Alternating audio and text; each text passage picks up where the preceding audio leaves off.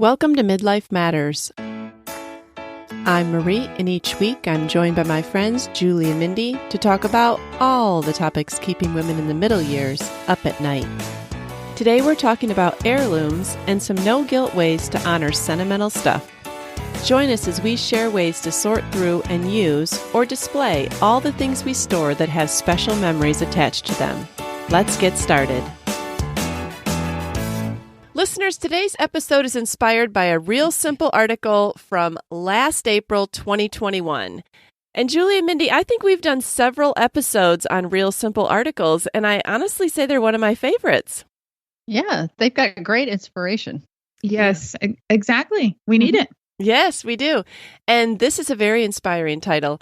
The title is The End of an Heirloom, the No Guilt Get Over It Guide to Honoring Sentimental Stuff.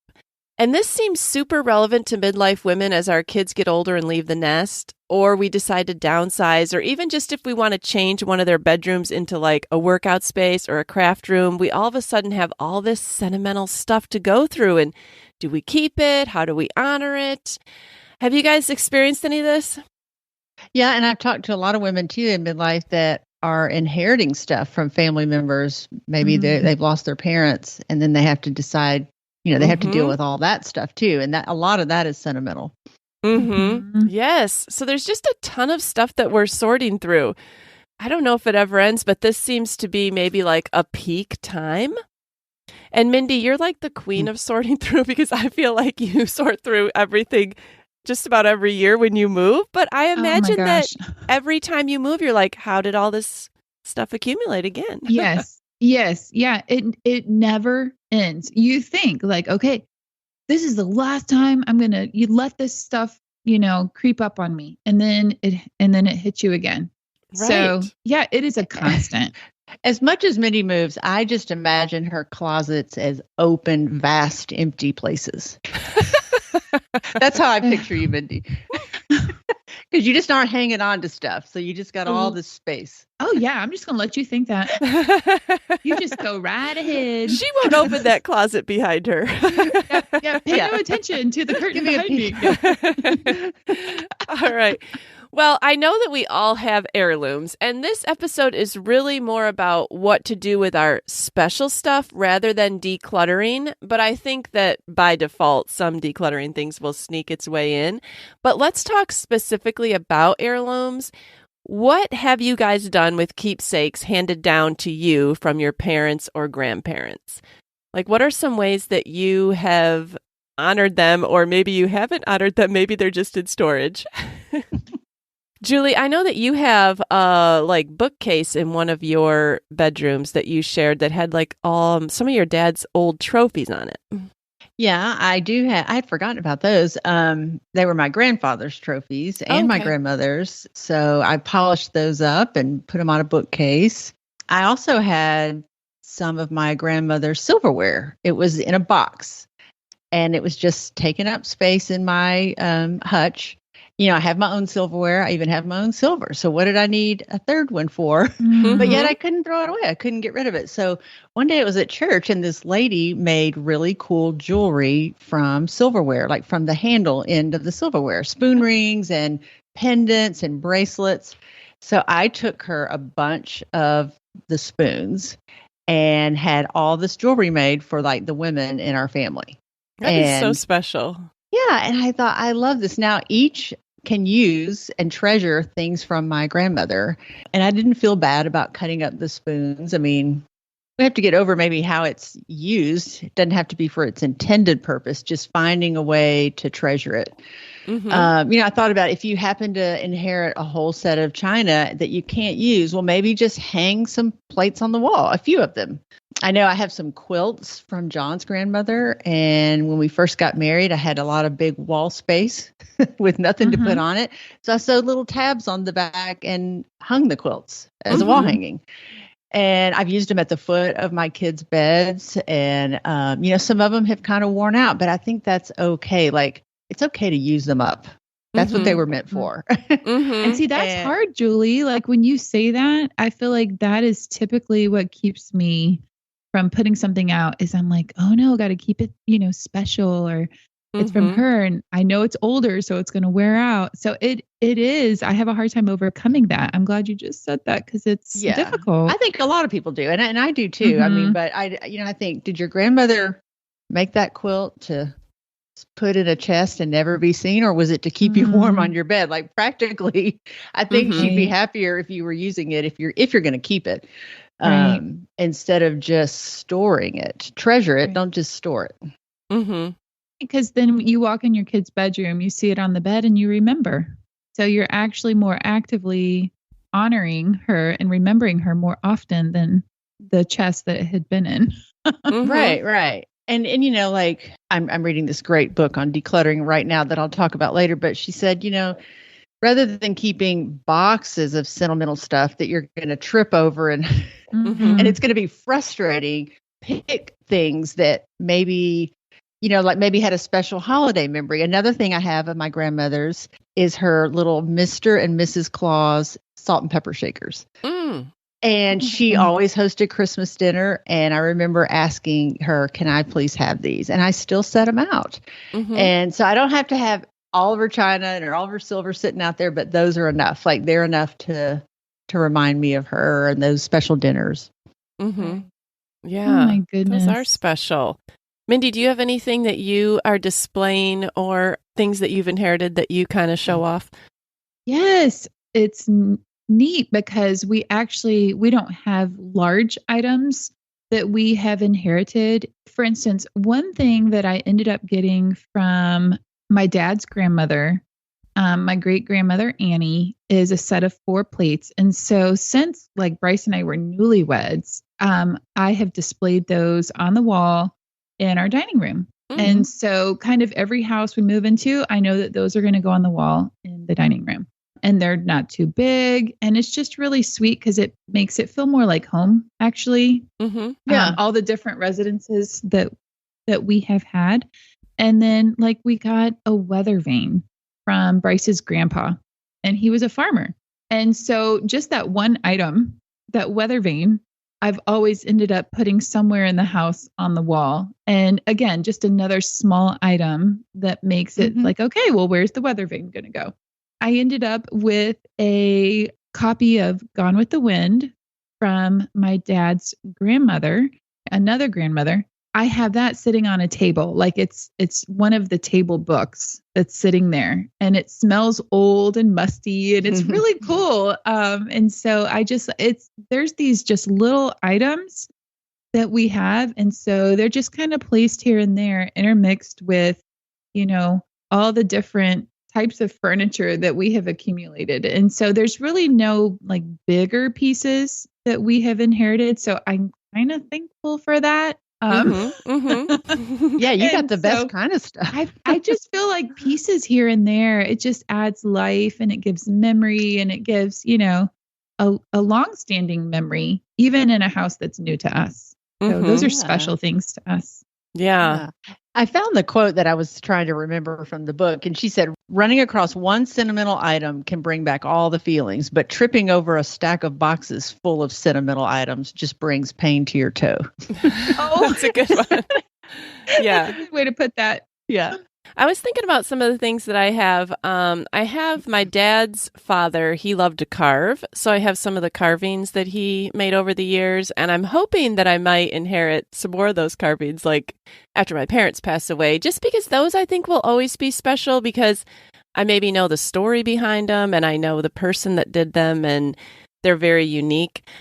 I was thinking about different things that I have of my mom because she likes to do crafts. And like last year I was over at her house and she had this cross-stitch sampler that she had done years ago that she just had in a corner. And it used to hang in our house all the time when I was growing up. And I said, Mom, why don't you have that hung up? Oh, I've had it for years. I don't even, have a place I want to put it. And I said, well, let me take it. And so I have it right in my kitchen under a cross-stitch sampler that I did. And I just like the fact that we both have one on the wall. And so that's special to me.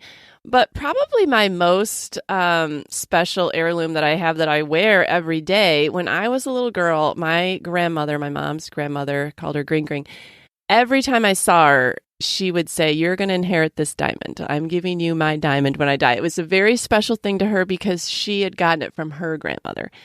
And so I just never even got a diamond when I got engaged because in my mind, I was going to be wearing Ring Ring's diamond, Mm-hmm. So I just had like a special wedding ring that I had gotten from a flea market. And so anyways, when my grandmother passed away and I had that diamond, I got it reset and I wear it every day. And I think of her when I look down at it because I know that it was so special to her. And then she had gotten it from her grandmother. And like you said, Julie, things can get worn out, but hopefully maybe Pepper will inherit that someday. And, you can't predict. Hopefully a diamond won't. Well, right, but I could lose it or, something could happen. Yeah. But, Right. there's the chain associated with that. And so sometimes, like you said, though, it can just be something small. Like when my grandmother died, I wanted her measuring spoons. I don't know why. They were beat up, they were metal, but she had used them every day. And I have them in my drawer. And I have the earrings that she gave me to wear on my wedding day. They were hers, but she wanted me to wear them on my wedding day. So, just some special things that have meaning to me. I don't have them maybe displayed on the wall, but I do have them. So, Yeah. Those are neat. yeah. Well, what are some of the things that are most difficult for you to part with? I know for me, it's like those handmade items. Those are hard for me to part with. Like if I inherit something like that, it's really hard for me to not keep it. What about you guys? Yeah, I mean, obviously we're talking about sentimental things, so obviously sentimental things are hard to get rid of. But what makes something sentimental for me is either if it's handmade or if it kind of takes me back to a really specific time in life. Like I know that when John was in med school, he built a bookcase. And he would come over to my parents every weekend or every night after work and use my dad's tools in our garage. And he built this bookcase. And it's still with us. Now it's moved out to the garage. It's not in a bedroom anymore. But I just don't think I could ever part with that, Right. I'm going to always have to find some place for it or hand it down because it just represents a part of life that I'm not ready to accept is over. Like I remember being young and just starting out and John in med school and stuff. So, and then my dad has built not furniture, but just little things like little stools or picture frames for me or boxes to hang on the wall. And I really cherish those things and because it makes me think of him. So, Right. And I think this is something I've kind of made a connection with this week is the reason decluttering is so hard and sometimes kind of painful is we have grief over the end of something that was like, you've all heard like the phases of grief. Well, denial is one of those. And I think I have some closets full of denial, like denial that my kids are all grown and hence the closet full of board games and old Halloween costumes that I haven't dealt with, or even something silly like denial that I'm not a professional cookie baker. So I have jars and jars of cookie cutters that I haven't dealt with, or like, to get rid of something kind of acknowledges or might make us feel like we failed at something, like art supplies or craft supplies. And I even have like the other day I was looking through my closet. I still have my pharmacist white lab coat from the job I worked at 22 years ago. That is sentimental, Julie. I know. I just can't. It's got my little patch that says VA Medical Center, has my name embroidered on it. I just can't part with it. And I think it's just, it's denial that, all that I worked so hard on is of no use to me now. Like that's just hard to get rid of. That could really be part of a shadow box though, with like your stethoscope or something else from that time period. I know. I feel like anything that has your name on it, it's really hard to toss that. I'm like, especially if it's embroidered. Like yours is way cooler than mine, but my name was embroidered on my first cheerleading outfit from middle school. And I still have that cheerleading outfit. Like the high school ones I couldn't keep because they were the schools. And I have this old sweatshirt that's Northeast Middle School from Clarksville, Tennessee. And on the back, it's got my name on it. And so I'm like, I can't get rid of that. Yeah, no, that's true. I still have my college ID because it has my name on it. And think of all the times we swiped that thing in 4 years. How can I just send it out to pasture? Yes. Yeah. I know. I lettered in a sport in high school, so I still have that letter with my little pen on it, my little softball pen. Oh my goodness, all those sweet things. From a mission trip, I went to Mexico as a teenager, and I bought this little grass purse that was handmade, and I thought, well, I have to keep that too, like it's all these just little trinket things that I travel don't see memories on a daily. Those are all in a tote that is in the basement. So, and it just gets carried around. Yeah, for sure. And then we won't even go into all the photos and videos that we that we have a hard time the boxes and things. Yeah. All the space.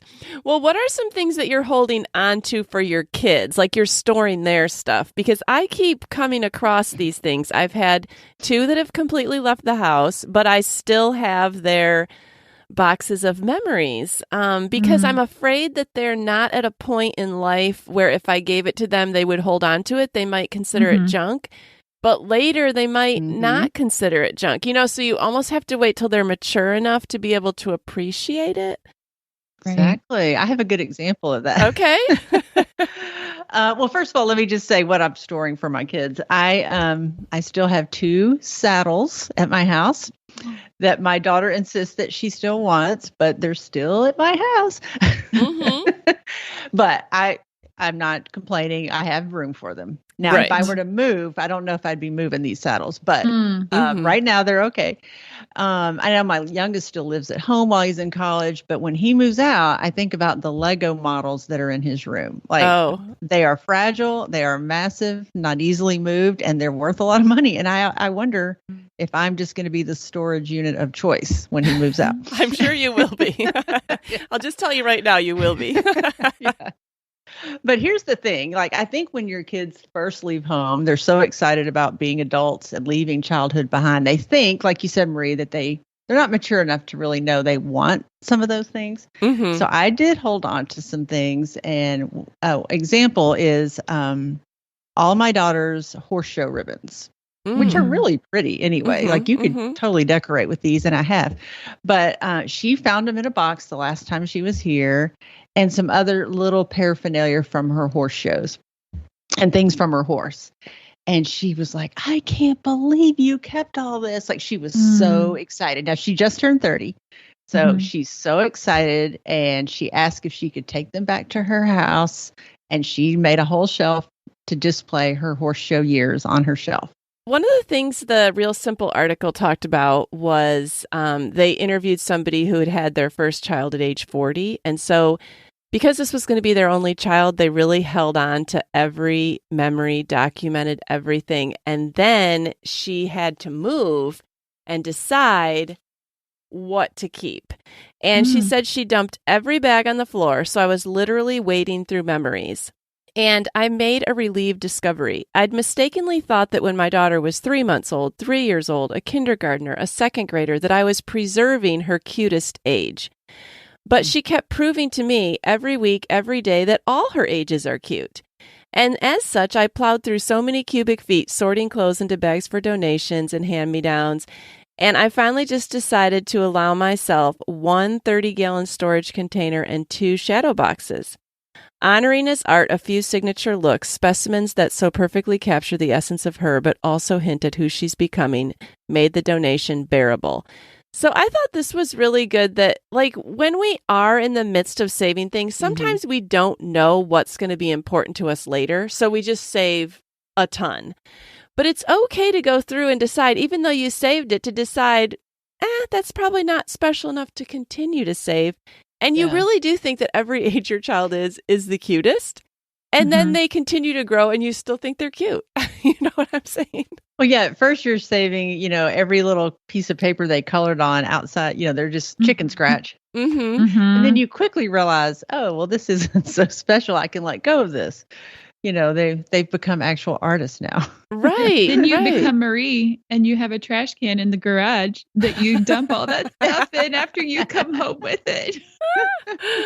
Yeah. I remember Abby went through, I loved buying her the tights when she was little that were crazy designs. So like for Valentine's Day, they had like like different colored hearts all over them. And she had candy cane stripe legs for tights for Christmas. And she had flowers and she had polka dots. I mean, like that was like one of her signature looks when she was like a toddler and preschool. And I remember thinking at that point, like, I want to save all the tights and make like a long shadow box of legs. And so I held on to those forever. And I was like, I'm not going to display a shadow box of legs, you know.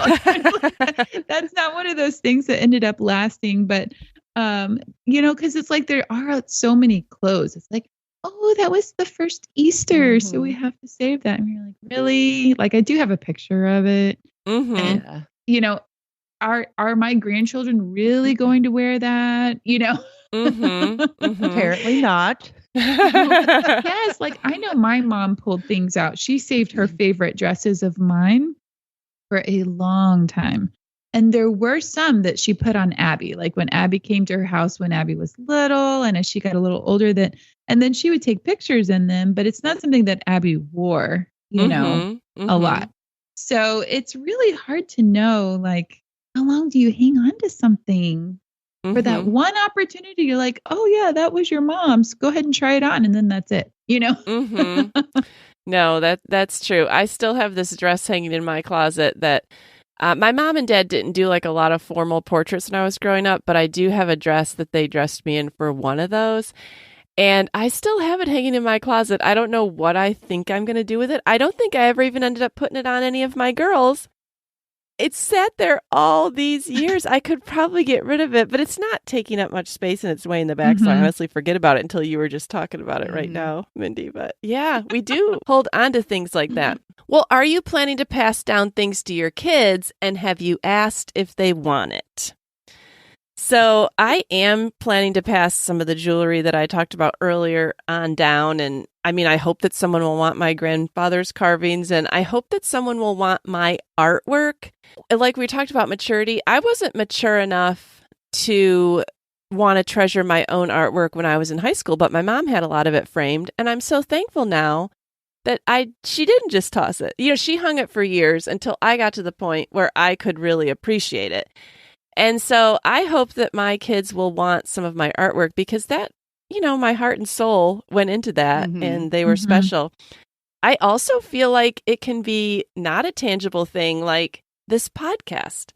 I'm hoping that when we go off the air, you can download these before we like disconnect. Like I'm hoping that, you know, I mean, I will download them onto like whatever is the latest, but you know how things change over the years? Like, it was the format. Yes, the format. But I'm hoping that even just this is a rich, I feel like, inheritance. Like I would love to be able to go back and hear my mom at this age and what she thought and what she talked about and her talking with her friends. Like, I don't know. I would love that more than some other things that I might inherit, you know? Or even your grandmother, imagine, because we didn't have the capability to record their voices and thoughts so much in a way that's so preserved, you know, right. Or just there was no platform to hear their thoughts, really. Yeah. You know? Yeah. So it doesn't have to be like all these valuable, like your heirlooms don't have to be in Country Living's like, what is this worth? Like that section in 75. It can just be something that has a rich history for you. Right. And like seeing your mother's or grandmother's handwriting, you know, like I think about letters and cards, and those are some of the things that are really special is if you can read a letter, you know, that your mom and dad wrote when they were dating, or your grandparents, you know, when they were dating. And even in my Gone with the Wind book, what makes it special to me is that my great grandmother wrote her name in the front, and just seeing her handwriting, you know, is special to me. And so to be able to hear a voice, I mean, from even now, like going back 3 years, I think, oh my goodness, so much has changed in our 3 lives, and our kids have grown up since then. And, you know, we're different. And so it is quite the memory keeper, this podcast. Yeah. Some other things like that aren't valuable monetarily are recipes. I know my grandmother loved to bake banana bread and brownies. Those were her two big things. And I still have her recipes, and I love seeing her handwriting, because when I see it, I know that which grandmother wrote that, and that's just a neat thing to keep. And I have a book that I got when I first got married, and it was just a blank recipe book back when you had to write things out. So it's all full of my recipes, and I don't even cook a lot of them anymore, but I always want to hang on to that because it makes me think of our first year of marriage, and it is my handwriting. So hopefully my kids will want that someday. And I do have a book called Streams in the Desert, which is an old devotional book that was my grandmother's. And she has all the grandkids' names that she was praying for in there, like a specific passages she would write a grandkid's name. And so that's really neat to have. Yeah. And those types of things don't take up huge amounts of room. It's not like you're storing your great grandmother's dining room table. Like, they're not taking up a whole big area. Yeah. So you can preserve those longer. All right. Well, do you guys have a plan for your stuff? Like who gets what? I feel like it might be kind of premature to be putting little Post-it notes on things like, oh, when I die, you get that. And but like, do you have any mental plan? Well, it is a sign you're getting old when you start asking your kids that. And I know, I think that is just on John's mind right now with his diagnosis. And so he has asked our kids that. And I think they looked at him like, Dad, this is not where we want to go. Like, I don't know if it's they don't want to go there or they don't want any of our stuff. It's hard to tell. But I just remember my grandmother doing that, and she had little sticky things on the bottom of everything, like this is for you, this is for you, this is for your cousin. And so I do think it's important not to do that with everything, but I think if your kids know they do want something, please speak up, because we need to know. Right. But our older two aren't super sentimental. Our youngest is, so I think maybe he might want things eventually, but he still lives here, so he can't even imagine not having this stuff around him every day yet. So yeah, I'm thinking about that. We don't want our stuff to be a burden on people. I don't want this to happen to my kids, and I don't think it would, because there's 5 of them and you can spread it out more, and there's not that many special things. But I've seen people like Julie, this will probably maybe happen more to you because you're an only child, where you literally inherit everything, but you already own all your own stuff too. Like it's 2 houses in your one house.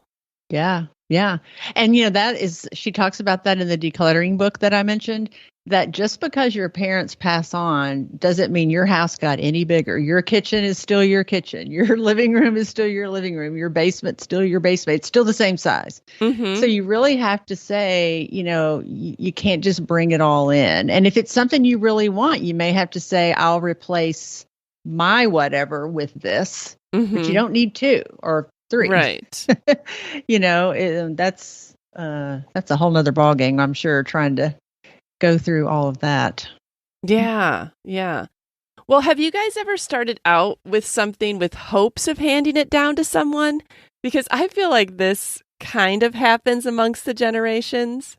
Yeah, I remember picking out my china, my crystal, my silver, thinking, oh, this will just stay in our family forever, because I didn't really have that, handed down to me. So I thought this would be a great thing to start. But couples don't do that anymore. They don't register things. They're kind of living a streamlined life with less stuff. And who am I to think that whatever I picked, anybody else would like? I can't presume that they would like it. And like you said, Maria, I don't ever want it to be a burden. Like I don't ever want anybody to take anything just because they feel guilty. And I don't want them to feel resentful over having to store it or move it. If they take it, I want them to really want it. I know our dining room table and our buffet are probably heirloom worthy, but I have a feeling that they're going to become treasures to total strangers someday. Well, yeah. I have a piano I'd love to hand down, but I don't know, Yeah. Pianos take up a lot of room, and they do. I know I've thought about that with our piano. Our piano was not an heirloom in any way. We didn't even pay for it. We rolled it down the hill from the neighbor across the street who was not using it and hadn't used it in 30 years. Mm-hmm. And we rolled it right on into our house when all 4 kids were little. Well, then all 4 kids took lessons on that piano. And 2 of my children have continued to play the piano. And so I think this has become special. Mm-hmm. You know, it's become a piece that there's nothing special about the piano. Mm-hmm. It's not Mm-hmm. even that pretty, but I'm keeping it forever. And now I don't know what, I don't know who's going to want that, but we haven't gotten to the point of asking. Now there's certain things that are made easier by the genders of my children. I only have one daughter and 3 sons. None of my sons are going to want my wedding dress. And I cannot see, not that even my daughter wants my wedding dress. Like she got her own wedding dress, and, but we've been lugging it around every time we move. And then, my wedding ring, I think, I feel like that would go to Abby. Like, it's jewelry. She's the only girl, but I would have a hard time, Marie, if I were in your boat and I had 3 girls, so I don't know. We haven't gotten to that place yet. And honestly, I don't feel like our stuff is that great. So I don't know what memories my children have also, because their memories are different than mine. And I feel like I'd have to ask them, point. Like, what's special to you? Because I would think that would be special to you and you could care less about it, So they don't even remember it, Yeah. Right. Well, I think that's why we start out hoping to hand something down, because we're hoping that it'll kind of tie the generations together. But does it really work that way? It definitely doesn't work that way if you don't know the story behind it. Like my mom can't take her memory of an item with her grandmother and make it feel special to me because I didn't experience that grandmother. I mean, I can understand the significance. I can appreciate her story, but it's never going to feel the same to me. Like some of those things are special, Mindy, like you said, like with the piano, because you all experienced it together. That piano is probably not going to be special to your grandchildren. You know what I'm saying? Right. So they can tie generations together, but you have to know the why and the story and like, why is it special? You have to have some kind of connection to it. And I also think that it needs to be presented as a true gift and not expecting them to take it. Because I know somebody that got a lot of hand-me-downs from her mother-in-law when she was downsizing. And I think she was expected to take it. And I think you should always have the option of saying, no, I can't take this on. Because, That's a good point, so that you're not becoming resentful. And like I said before, some people love old things from the past and some don't. You know? Right. So I think we just have to remember that with our stuff, that to offer it, but not expect them to love it. You don't give that with a lot of guilt. Like, Yeah. Definitely. And there are definitely personalities that enjoy stuff like that more. It's not that I don't enjoy it, but my brother enjoys it more than I do. Like he has an office where you can go in and like every single thing in there is something special, like from Gail's family or Mark's family. And it has like a meaning. And he took the time to find out why that was special, and he can explain it. Like he's very much, or like if there's an item of furniture in the family that nobody else really has room for or wants to store, but it is significant, he'll take it. And he's even saved some things for my kids because he has a large attic. And he said, well, if they want it at some point, then it's there. It's not like, it's hurting me to store it. And I appreciate that because we don't always have room, or we're not always mature enough, or we don't always know enough about it to really know, am I ever going to want that? Is it really okay to let that go or not? Right. So I definitely think different personalities approach heirlooms differently. One of the things I was thinking about, though, as far as heirlooms, and these were just some questions that came to mind as I was thinking about all this, is so many people, they buy things that look like heirlooms. It's so funny that we all like don't want to store a bunch of stuff, but then we'll go out and buy something that looks like an heirloom. Have you ever pondered that? Not for very long, Marie.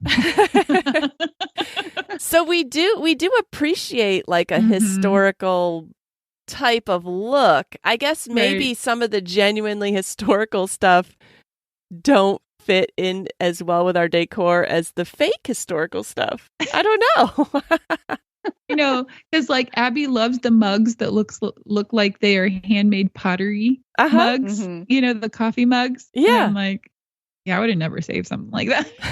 Like if somebody actually made that or whatever. Right. One thing I wanted to say too, before we wrap up, is sometimes we might get rid of an heirloom and then we go back and we regret it. And that was one of the things that the Real Simple article addressed, was the person got so resourceful with getting rid of things, and then someone asked her for something and she had to go back and try and find it. So apparently her mom's cat died, and among the casualties of this woman's purge were boxes of back issues of Reader's Digest where she was once editor-in-chief. And she wasn't even thinking about like how special they were when she had taken them to the recycling center. And one of the articles she's written was about her mom's cat, and she really wanted to find that. But her mom, in mourning her cat, she asked for a copy of the column. She wanted to frame it and give it to her vet, who had seen the cat all through his tough stuff. And she didn't have the heart to tell her mom that she had thrown it away. And she just sat there berating herself, thinking, oh, were those magazines hurting anything in the attic? Why didn't I just keep it? Her worst decluttering fear had come true. She'd tossed something that her future self would want. But you know what? She got on the group texts of her phone. She started texting all her friends and former Reader's Digest colleagues. And some of them hadn't seen each other in years, but now they were checking their attics and their archives for this article. Apparently, you just couldn't go back and look it up on the internet. And somebody actually found it and they mailed it to her. And so she was still able. So she says, if you don't keep the heirloom, keep friends who keep heirlooms. I love that. Or like I said, like my brother who will hold on to something. Like you might want to get your hands on this stuff at one time or another. Yeah, I was walking with a friend yesterday and we were talking about this, and she said, or the other day, and she said, we were talking about regrets, like giving things up and then you needed it later. And she goes, yeah, when I am trying to get rid of something, I always think, no, Julie might need to borrow this. So she keeps things that I might borrow. That's a good friend. Yes. So I don't have to keep up with it as much as she is if she'll keep up with it for me. Yes. So listeners, we hope we've helped you with getting rid of some sentimental stuff, or better treasuring it or saving it. Like, everybody has their own thing, but do remember that even if you get rid of something, it might be possible to get it back. We don't know. Right. You guys, I mentioned this book that I'm reading, and it's called Decluttering at the Speed of Life, Winning the Never-Ending Battle with Stuff. And it's by Dana K. White. And there's so much good stuff in here. I think we need to do a part 2. Yes. I definitely think that is in our near future, because we all have a lot of decluttering. Let's think about that maybe for our next episode. Listeners, you're going to want to tune in next week.